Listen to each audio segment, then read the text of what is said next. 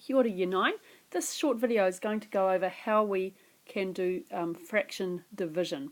So we're going to start with a really simple example that doesn't involve any rules about flipping things or anything like that. I'm just going to start by saying, let's look at this statement here.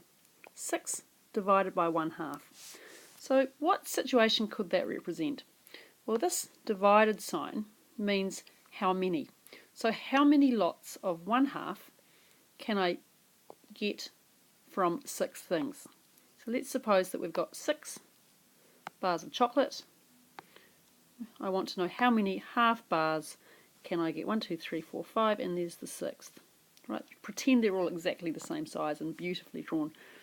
Okay, so 1, 2, 3, 4, and so on, up to 12.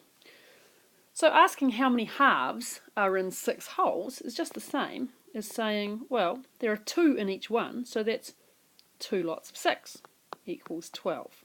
So let's try another one before we figure out an easy rule that's going to work for all fractional division. Right, so this problem here says how many halves are there in 3 halves? Well, probably just from listening to the question carefully can think, well, the answer's got to be 3. So there are 3 halves. There's 1/2, here's another half, and here's my 3rd half. So the answer to that one is 3. Let's look at what happens if I do this. Well, this is saying that I've got 6 halves or just 3 wholes. So I can fit 3 halves into 3 halves. Well, that kind of makes sense, doesn't it? Let's look at this next one. This is saying how many lots of 3/4 can I fit into 3 halves.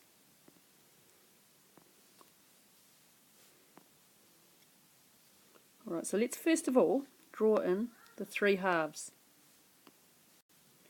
Right, let's shade in the 3 halves.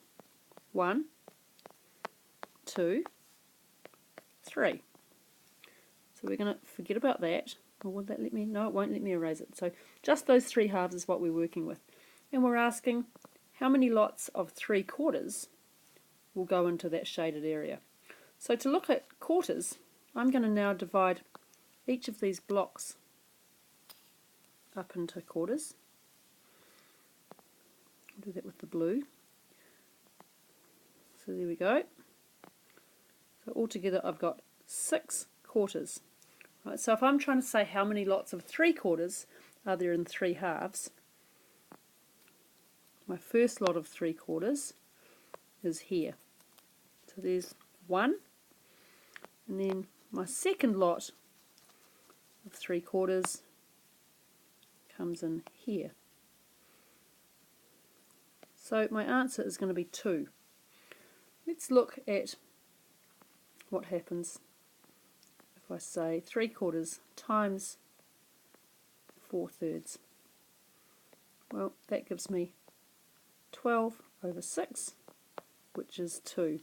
So what I'm trying to do is illustrate that rule that in class, where we switch the divided sign to a times sign and get the reciprocal of this, works out. We're not always going to draw block pictures, but when you're doing some simple questions it can help see what's going on a bit more. Okay, so here are 2 for you to try. So pause the video and then have a go. Okay, this equals 3/8 times 5 over 1, which equals 15 over 8. And we could make that into a mixed number, and it would give us 1 and 7/8. The next one, number 4, is one where we need to turn both of those numbers into improper fractions first. So 2 and 1/3 is 7/3 divided by 6/5. So that equals 7 over 3 times 5/6, which is 35 over 18. Now we better have a look at 35 and 18 to see if this is in the simplest form. So just quickly thinking about the factors of 35, we've got 1, 5, 7 and 35. Factors of 18 are none of those, but we'll list them out anyway. So 1, 2, 3, 6, 9 and 18. So there are no common factors there, so that's now in simplest form. It would be nice though to write it as a mixed number, and it's going to be one whole number and 17 over 35. I just want to go back to number 3 and look at whether our answer makes sense.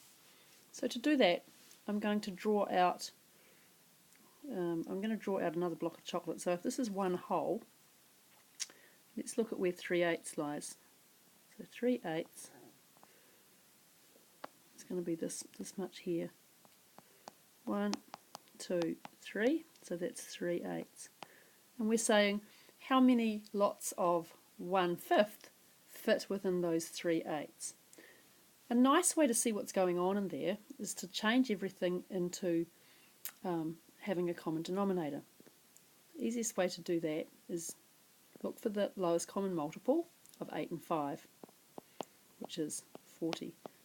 So 3/8 is the same as 15/40, and 1/5 is the same as 8/40. So what this is saying is how many pieces of size 8/40 fit into a big piece of size 15 over 40. And you can see that we'll get 1 and we'll get nearly a second one, 7 left over, 7/8 of 1. That's fitting with our answer here. Okay, because we've got 3/8, which I've coloured in here, and if we were to draw out where 1/5 would sit, well, we can do that accurately if we switch into over 40.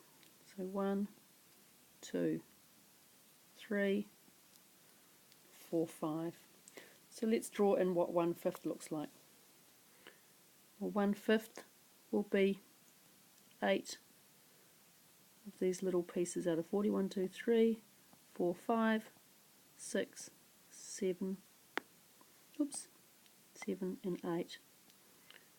So that's 1/5, and you can see that we've nearly got a second one. I'll do little dots. 1, 2, 3, 4, 5, 6, 7. Okay, but once you've done a few examples, then all you've got to remember is that when I divide by a fraction, I change the division sign to a multiplication sign, and I take the reciprocal